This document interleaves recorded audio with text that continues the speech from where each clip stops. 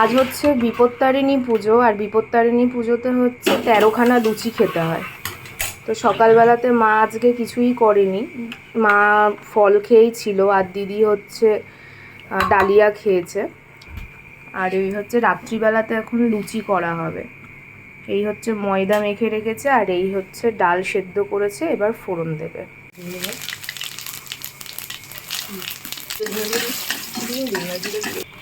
না জিরে ধরে গুঁড়ো দিয়ে দিন দিই না, যদি দিন করছে দিন না, তো একটু ঘুরে দিয়ে আসতে পারি।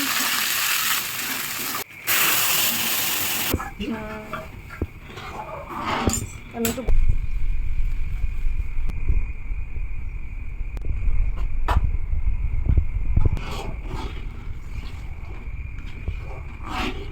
এই যে এখানে আমাদের ছোলার ডাল হচ্ছে রেডি হয়ে গেছে, নারকেল দিয়ে ছোলার ডাল।